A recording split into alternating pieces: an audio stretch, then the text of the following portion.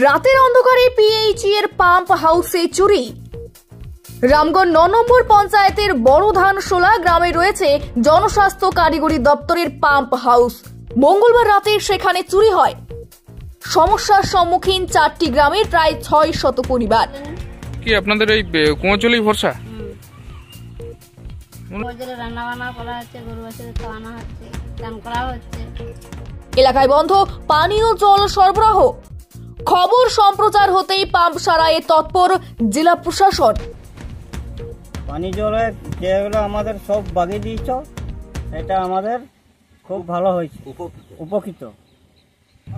আপনারা যে খবর করেছেন, তাহলে প্রশাসন এসেছিল, প্রশাসন এসে হেল্প করেছে করতে, তবে যে হয়েছে। বিনপুর ১ নম্বর পঞ্চায়েত সমিতির রামগড় ৯ নম্বর গ্রাম পঞ্চায়েতের খাসজঙ্গল বড়ধানশোলা জল সরবরাহ প্রকল্পের পাম্প চুরির অভিযোগ উঠল। রাতের অন্ধকারে কয়েকজন দুষ্কৃতী চুরি করে নিয়ে পালিয়ে যায়। ঘটনাটি মঙ্গলবার গভীর রাত্রিতে ঘটে। ঘটনার পরদিন সকালে পাম্প চালাতে এসে পাম্প চালক দেখেন দরজার চাবি ভাঙা। এরপরই তিনি ঘটনাটি রামগড় ফাঁড়ি এবং লালগড় থানায় খবর দেন।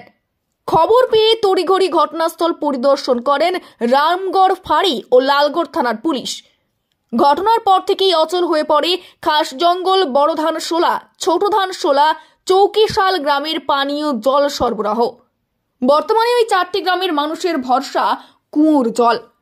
কুয়ো থেকে জল তুলেই নিত্য নৈমিত্তিক কাজ সারছেন তারা। খবর সম্প্রচার হওয়ার পরই সমস্যা সমাধানের আশ্বাস দেন খোদ জেলা শাসক।